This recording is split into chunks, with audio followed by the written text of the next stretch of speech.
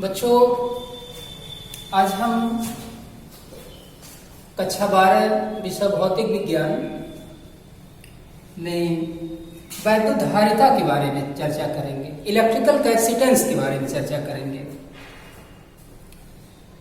वैद्युत धारिता के बारे में जानने से पहले हम ये जानेंगे कि जब किसी चालक को आवेश दिया जाता है तो उसके विभव में वृद्धि हो जाती है। इस चीज को हम जरूर ध्यान में रखेंगे, तभी धारिता के बारे में कुछ जान पाएंगे।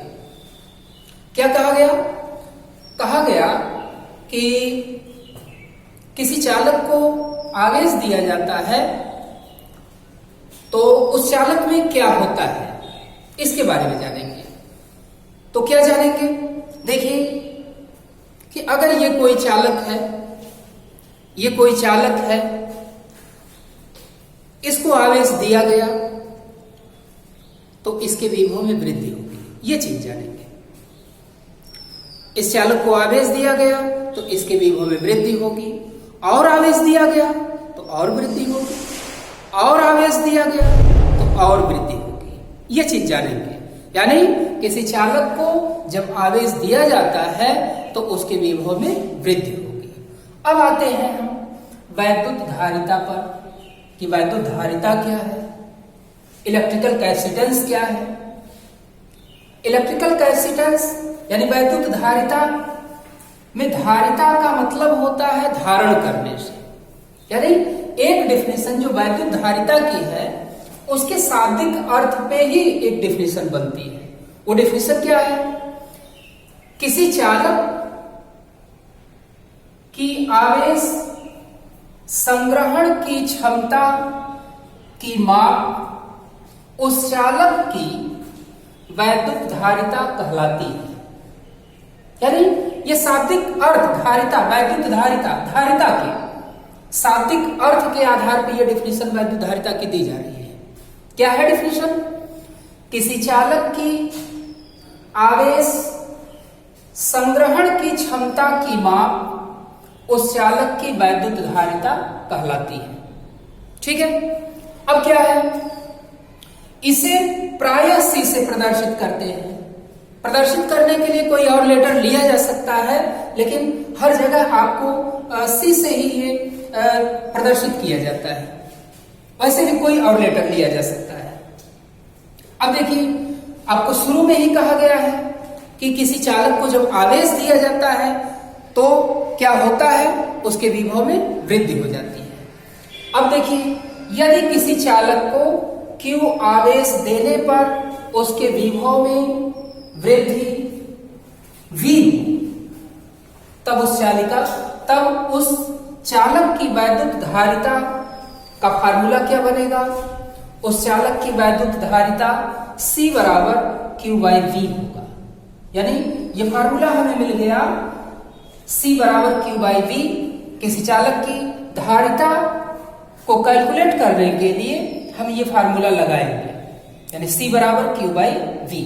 अब आते हैं वैद्युत धारिता के मात्रक पर, यानी वैद्युत धारिता का मात्रक क्या होगा। तो वैद्युत धारिता के मात्रक को जानने के लिए इसमें कौन कौन सी राशि आई फार्मूले में? Q/V।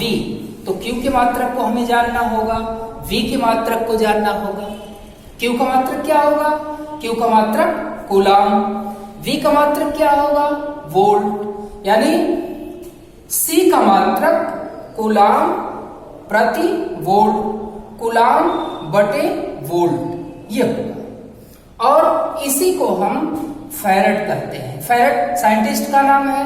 उनके सम्मान में धारिता का मात्रक कूलाम प्रति वोल्ट के साथ साथ फैराड भी रखा गया है।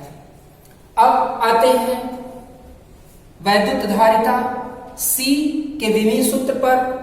C का विमीय सूत्र क्या होगा? C का विमीय सूत्र होगा M-1 L-2 T4A2। अब आते हैं कि वैद्युत धारिता किस प्रकार की राशि है। जैसे हम राशियों के बारे में पढ़ते हैं तो जानते हैं कि वैद्युत धारिता जो है ये भौतिक राशि जो है ये दो प्रकार की होती है। एक होती है अदिश राशि, दूसरी होती है सदिश राशि। सदिश राशि में क्या होता है, परिमाण के साथ साथ दिशा की आवश्यकता होती है, परिमाण के साथ साथ दिशा सम्मिलित होती है। लेकिन अदिश राशि में क्या होता है, अदिश राशि में यानी किसी भौतिक राशि को पूर्णतया प्रदर्शित करने के लिए केवल परिमाण की आवश्यकता होती है, दिशा की नहीं होती है। और यहां पर C जो है यानी वैद्युत धारिता जो है वह किस प्रकार की राशि है, अदिश राशि है। यह हो गया वैद्युत धारिता की डेफिनेशन हो गई, फार्मूला हो गया, C बराबर Q/V, C का मात्रक हो गया कूलाम प्रति वोल्ट या फैरेड, C का विमीय सूत्र हो गया यह -1 L-2 T4A2 किस प्रकार की राशि हुई, अदिश राशि यानी वैद्युत धारिता अदिश राशि है। यह डेफिनेशन तो धारिता यानी वैद्युत धारिता के शाब्दिक अर्थ पर दी गई है।